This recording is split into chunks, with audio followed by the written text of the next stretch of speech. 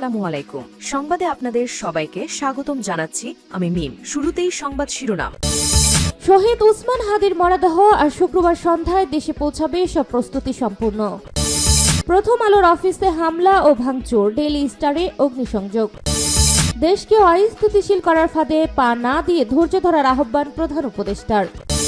হাদির স্বপ্ন বাস্তবায়ন না হওয়া পর্যন্ত মাঠ ছাড়ব না বলল নাহিদ ইসলাম। হাদির মৃত্যুতে আন্দোলনকারীদের ধৈর্য ধরার আহ্বান ডিএমপি কমিশনারের। গণমাধ্যমে হামলার প্রসঙ্গে আসিফ মাহমুদ, যারা আন্দোলনকে ভিন্ন খাতে প্রভাবিত করার চেষ্টা করছে তাদের চিহ্নিত করব। হাদির খুনিদের হস্তান্তর না করলে লড়াই থামবে না। তুমি কে আমি কে, হাদি হাদি বিক্ষোভে উত্তাল রাবি। শিরোনাম শুনছিলেন, এবার বিস্তারিত।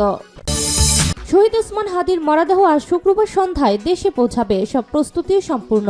শহীদ উসমান হাদির মরদেহ আজ শুক্রবার 19 ডিসেম্বর বাংলাদেশে আনার সব প্রস্তুতি সম্পূর্ণ করা হয়েছে। সংশ্লিষ্ট সূত্রে জানা গেছে, তার মরদেহ বহনকারী বাংলাদেশ বিমানের একটি বাণিজ্যিক ফ্লাইট স্থায়ী সময় বিকাল 3:50 যাত্রা শুরু করবে। ফ্লাইটটি সন্ধ্যা 6:05 ঢাকার হযরত শাহজালাল আন্তর্জাতিক বিমানবন্দরে অবতরণের সম্ভাবনা রয়েছে। অবতরণের পর ইমিগ্রেশন ও কাস্টম সহ প্রয়োজনীয় আনুষ্ঠানিকতা শেষে মরদেহ পরিবারের কাছে হস্তান্তর করা হবে। পরিবারের সদস্যদের পাশাপাশি স্বজন ও শুভাকাঙ্ক্ষীরা বিমানবন্দরে উপস্থিত থেকে মরদেহ গ্রহণ করবেন বলে জানা গেছে। এরপর মরদেহ অ্যাম্বুলেন্স যোগে নির্ধারিত স্থানে নেওয়া হবে। উসমান হাদির জানাজা ও দাফনের সময়সূচি পরে জানানো হবে বলে পরিবারের পক্ষ থেকে জানানো হয়েছে। সংশ্লিষ্ট কর্তৃপক্ষ মরদেহ গ্রহণ ও পরিবহনে সর্বোচ্চ সহায়তা দিচ্ছে। প্রথম আলোর অফিসে হামলা ও ভাঙচুর, ডেইলি স্টারে অগ্নিসংযোগ। রাজধানীর কাউরান বাজারে প্রথম আলো ও ডেইলি স্টারের কার্যালয়ে হামলা ও ভাঙচুর চলেছে।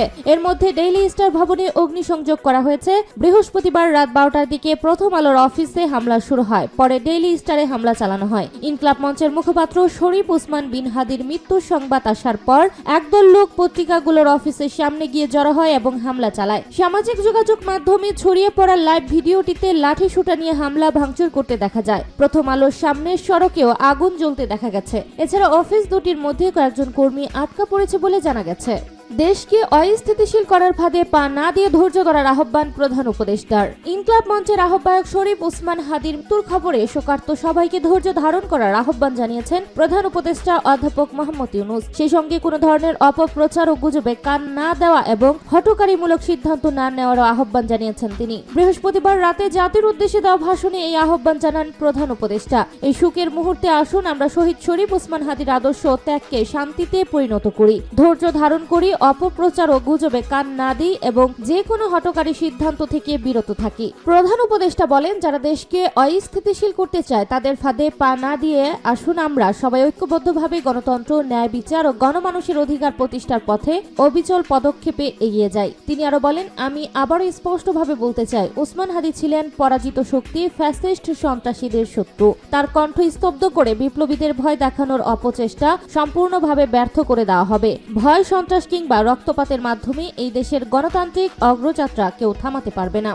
হাদির স্বপ্ন বাস্তবায়ন না হওয়া পর্যন্ত মাঠ ছাড়ব না বলল নাহিদ ইসলাম। ইনকলাব মঞ্চের আহ্বায়ক শরীফ উসমান হাদির স্বপ্ন বাস্তবায়ন না হওয়া পর্যন্ত মাঠ ছাড়বেন না বলে জানিয়েছেন জাতীয় নাগরিক পার্টির এনসিপির আহ্বায়ক নাহিদ ইসলাম। বৃহস্পতিবার রাত 11টার দিকে নিজের ভেরিফাইড ফেসবুক পেজে এক পোস্টে কথা বলেন তিনি। নাহিদ লিখেছেন, আমার ভাই জুলাই বিপ্লবের অন্যতম কাণ্ডারি উসমান হাদি হাসতে হাসতে শহীদ মৃত্যুকে আলিঙ্গন করলেন। ইন্না লিল্লাহি ওয়া ইন্না ইলাইহি রাজিউন। ভাই হাদি, আপনার পবিত্র রক্তের কসম, যে মহান ইনসাফের স্বপ্ন নিয়ে আপনি জীবন দিলেন, সেই স্বপ্ন বাস্তবায়ন না হওয়া পর্যন্ত আমরা মাঠ ছাড়ব না। তিনি লিখেন, আপনার এই মৃত্যু জুলাই পরবর্তী বাংলাদেশের লাখো মানুষের কাছে অনন্ত সাহসের, মহাকাব্য ও ত্যাগের সর্বোচ্চ অনুপ্রেরণা হয়ে থাকবে। তিনি পোস্টের শেষে লিখেন, শহীদ উসমান হাদি জিন্দাবাদ, ইনকলাব জিন্দাবাদ।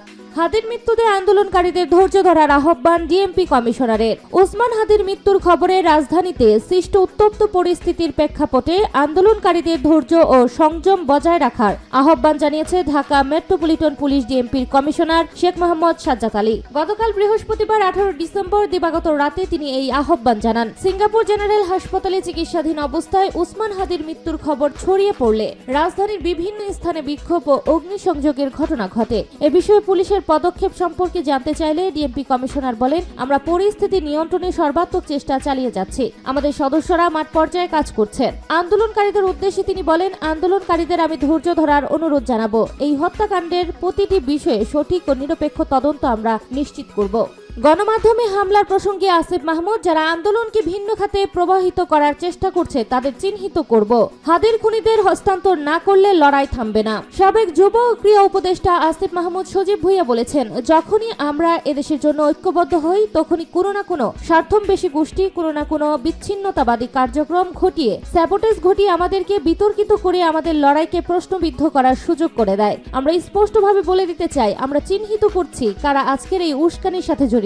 যারা উস্কানি দিয়ে হাদি ভাইয়ের শাহাদাতের পর তার জন্য ইনসাফের দাবিতে আমাদের যেই আন্দোলন, সেই আন্দোলনকে ভিন্ন খাতে প্রবাহিত করার চেষ্টা করেছে তাদেরকে আমরা চিহ্নিত করব এবং গণশত্রু হিসেবে ঘোষণা করব। শরীফ ওসমান হাদির মৃত্যুতে বৃহস্পতিবার গভীর রাতে রাজধানীর শাহবাগে আয়োজিত এক প্রতিবাদ সমাবেশে তিনি এইসব কথা বলেন। তিনি বলেন, যখনই কোনো একটা ঘটনা ঘটে এই দেশে বিভিন্ন দেশের চরেরা বিভিন্ন স্বার্থন্বেষী গোষ্ঠী সক্রিয় হয়ে পড়ে। ঘর পোড়ার মধ্যে আলো পোড়া দেওয়ার মতো তারা বিভিন্ন প্রতিষ্ঠানে, বিভিন্ন ধর্মীয় প্রতিষ্ঠানে হামলা করে। তাই এদেশের গণতান্ত্রিক লড়াইকে, জাস্টিসের জন্য লড়াইকে প্রশ্নবিদ্ধ করতে তারা সবার আগে ঝাঁপিয়ে পড়ে। আমাদের হাদি ভাইয়ের শাহাদাতের খবর পাওয়ার 1 ঘন্টার মধ্যে কিভাবে উনার নামে টি-শার্ট ছাপিয়ে একটি গোষ্ঠী হামলা করতে চলে গেল, এটা অত্যন্ত সন্দেহজনক। যখন বাংলাদেশের জনগণ প্রত্যেকটি জুলাই স্পট ঐক্যবদ্ধ হচ্ছে, আমরা এখানে ঐক্যবদ্ধ হয়ে বিচার চাইছি, আমরা খুনিদের ফেরত দেওয়ার কথা বলছি, আমরা আগ্রাসনের বিরুদ্ধে আমাদের আওয়াজ তুলছি, তখন কারা বিভাজন উস্কে দিল, আমাদের তাদেরকে চিনে রাখতে হবে। আর কখনো তাদের উস্কানিতে পা দিয়ে ভুল পথে পরিচালিত হওয়া যাবে না। আসিফ মাহমুদ বলেন, গণ অভ্যুত্থানের পরে হাদি ভাই ইনকলাব কালচারাল সেন্টার, ইনকলাব মঞ্চ প্রতিষ্ঠা করে আমাদেরকে দেখিয়েছেন কিভাবে গণতান্ত্রিকভাবে সামাজিক, সাংস্কৃতিক এবং রাজনৈতিক লড়াই চালিয়ে যেতে হয়, কিভাবে একজন ব্যক্তি প্রাতিষ্ঠানিকভাবে দাঁড়িয়ে সেটা লক্ষ মানুষের চেয়েও শক্তিশালী হয়। হাদি ভাই নিজেকে একটা প্রতিষ্ঠান হিসেবে গড়ে তুলেছিলেন। হাদি ভাইয়ের লড়াই আমাদের লড়াই, এই লড়াই গড়ার লড়াই, ভাঙার বিরুদ্ধে, আগুনের বিরুদ্ধে, সন্ত্রাসের বিরুদ্ধে শক্তিশালীভাবে প্রতিষ্ঠিত হওয়ার লড়াই। এই লড়াইকে বাধাগ্রস্ত করতে আমরা কাউকে সুযোগ দেব না, কাউকে ছাড় দেব না। তুমি কে আমি কে, হাদি হাদি বিক্ষোভে উত্তাল রাবি। ইনকলাব মঞ্চের মুখপাত্র শরীফ ওসমান হাদির মৃত্যুর পর বিক্ষোভে উত্তাল হয়েছে রাজশাহী বিশ্ববিদ্যালয়ের রাবি। হত্যাকারীর বিচারের পাশাপাশি আওয়ামী লীগ ও ভারতীয় আধিপত্যবাদের কবর রচনার দাবি তুলেছে শিক্ষার্থীরা। বৃহস্পতিবার রাত 11টায় শুরু হওয়া বিক্ষোভে এই দাবি জানানো হয়। রাকসু ভিপি মুস্তাকুর জাহিদ বলেন, হাদি জুলাই গণ অভ্যুত্থানের সংগ্রামী যোদ্ধা, ভারতীয় আধিপত্যবাদ ও আওয়ামী ফ্যাসিজমের বিরুদ্ধে আমৃত্যু সংগ্রাম করে যাওয়া এক নির্ভীক সৈনিক। তার মৃত্যু নেই, ফেসিবাদীরা তাকে হত্যা করে যদি মনে করে এই সংগ্রাম শেষ হবে তাহলে ভুল। এদেশের লাখো হাদি তৈরি হয়ে গেছে, আমরা হাদি হব, হাদিরা কখনো মরে না, এই সংগ্রাম চলবে। শিক্ষার্থীরা বিশ্ববিদ্যালয়ের বিভিন্ন আবাসিক হল থেকে বিক্ষোভ নিয়ে শহীদ জোহা চত্বরে জমায়েত হন। এ সময় তুমি কে আমি কে, হাদি হাদি, আওয়ামী লীগের ঠিকানা এই বাংলায় হবে না। ভারতের দালালরা হুঁশিয়ার, সাবধান, ইনকলাব ইনকলাব, জিন্দাবাদ জিন্দাবাদ স্লোগান দেন তারা। গত 12 ডিসেম্বর রাজধানীতে আততায়ীর গুলিতে গুরুতর আহত হন ইনকলাব মঞ্চের মুখপাত্র শরীফ ওসমান হাদি। প্রথমে ঢাকা মেডিকেলে এবং পরে এভার কেয়ার হাসপাতালে ভর্তি করা হয়। তবে অবস্থার দ্রুত অবনতি হলে উন্নত চিকিৎসার জন্য তাকে সিঙ্গাপুরে নেওয়া হয়। বৃহস্পতিবার রাতে সেখানে তার মৃত্যু হয়।